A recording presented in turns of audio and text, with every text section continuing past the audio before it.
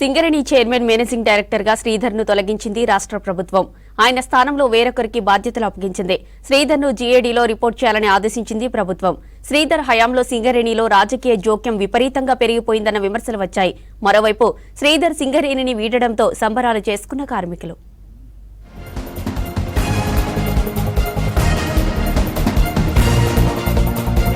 Singareni CMD ఎన్ శ్రీధర్ పదవీ కాలం ముగియడంతో జీఏడీలో report చేయాలని ప్రభుత్వం ఆదేశించింది. శ్రీధర్ ప్లేస్ లో Singareni finance director N Balaram కు సీఎండీగా అదనపు బాధ్యతలు అప్పగించింది. సింగరేణి సీఎండీగా శ్రీధర్ ను 2015 జనవరి 1న కేసీఆర్ సర్కార్ నియమించింది.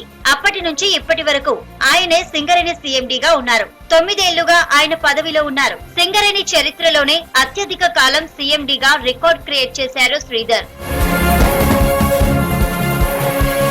వాస్తవానికి సింగరేణి సీఎండీ పదవీ కాలం 2 ఏళ్లు. శ్రీధర్ పదవీ కాలం 2016 డిసెంబర్ 31నే ముగిసింది. అయితే కేసీఆర్ సర్కార్ ఒకసారి 2 ఏళ్లు, 2 సార్లు ఏడాది ఎక్స్టెన్షన్ ఇచ్చింది.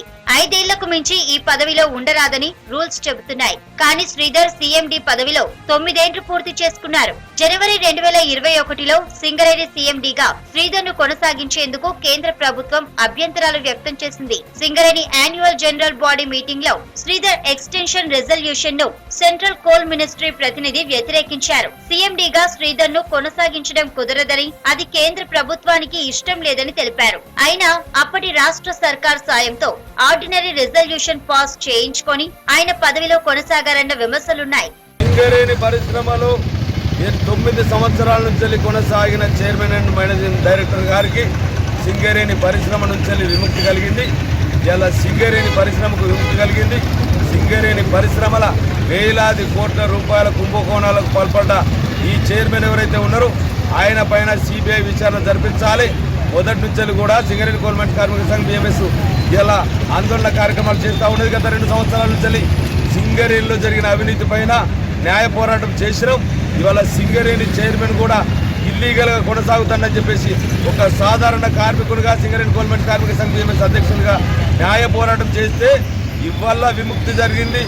శ్రీధర్ హయాంలో సింగరేణిలో రాజకీయ జోక్యం విపరీతంగా పెరిగిపోయిందనే విమర్శలున్నాయి. 9 ఏళ్లుగా సింగరేణి సీఎండీ పోస్టులో ఉన్న సంస్థలో జరిగిన అవకతవకల్ని పట్టించుకోలేదన్న ఆరోపణలు ఉన్నాయి. సింగరేణి నిధుల్ని సంస్థకు సంబంధం లేని ఇతర కార్యక్రమాల్లో వాడారన్న విమర్శలున్నాయి. గత కేసీఆర్ సర్కార్ ఏం చెప్తే అది చేసేవారన్న ఆరోపణలున్నాయి. సింగరేణి సీఎండీ ఎన్ శ్రీధర్ పదవీ కాలం ముగియడంతో పెద్దపల్లి జిల్లా గోదావరి ఖని చౌరస్తాలో సంబరాలు చేసుకున్నారు కార్మికులు. బిఎంఎస్ కార్యాలయం నుంచి ర్యాలీ తీసి పటాసులు కాల్చారు.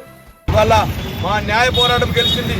అందుకే సింగరేణి కార్మికుల తరఫున, సింగరేణి పరిశ్రమ తరఫున రేపటి నుంచి కూడా అవినీతి మీద ఎక్కడ జరిగినా కూడా మేము పోరాటం చేయడానికి సిద్ధంగా ఉన్నాం. కాబట్టి సింగరేణి కార్మికులందరికీ కూడా మనవి, ఎక్కడ జరిగినా కూడా అవినీతి అక్కడ మాకు 108 లెక్క సమాచారం ఇవ్వండి. ఆ సమాచారం మేరకు మేము కఠిన చర్యలు తీసుకుంటామని చెప్పేసి ఈ సందర్భంగా తెలియపరుస్తాం.